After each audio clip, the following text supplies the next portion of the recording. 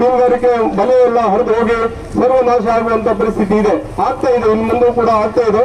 ಈ ಮುಂದೆ 5-6 ವರ್ಷದಲ್ಲಿ 150 ಹಡಗುಗಳು ನಿಲ್ಲುವಂತ ತಾಣ ಮತ್ತೆ ಟೂರಿಸಂ ಮಾಡ್ತಕ್ಕಂಥ ಒಂದು ಹಡಗು ತಾಣ, ಈ ಒಂದು 2 ತಾಣಗಳು ನಡೀತಾ ಇದೆ.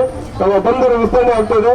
ಅದ್ರ ಜೊತೆಗೆ ಕಲಬುರಗಿ ಮತ್ತು ಹೊಸಪೇಟೆ ಹುಬ್ಬಳ್ಳಿ ಮಾರ್ಗವಾಗಿ ರೈಲು ಅಲ್ಲಿ ಸುಮಾರು 5,000 ಮೀನುಗಾರರು, ಸುಮಾರು ರಾಯಚೂರು ಪಂಚಾಯತ್ ವ್ಯಾಪ್ತಿಯಲ್ಲಿ 15,000 ಜನಸಂಖ್ಯೆ ಇರತಕ್ಕಂತ ಒಂದು ಕ್ಷೇತ್ರದಲ್ಲಿ ಈ ಬಂದರು ಮನವಿಯನ್ನು ಸ್ವೀಕಾರ ಮಾಡಬೇಕು.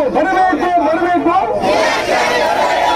ಜಿಲ್ಲಾಧಿಕಾರಿಗಳು ಬರೆದು ಹೊರತು ನಾವು ಇಲ್ಲಿಂದ ಕದಲುವುದಿಲ್ಲ. ಬರಬೇಕು. ಜಿಲ್ಲಾಧಿಕಾರಿಗಳು ಸ್ಥಳಕ್ಕೆ ಬಂದು ಮನವಿ ಸ್ವೀಕರಿಸುವ ತನಕ ನಾವು ಇಲ್ಲಿಂದ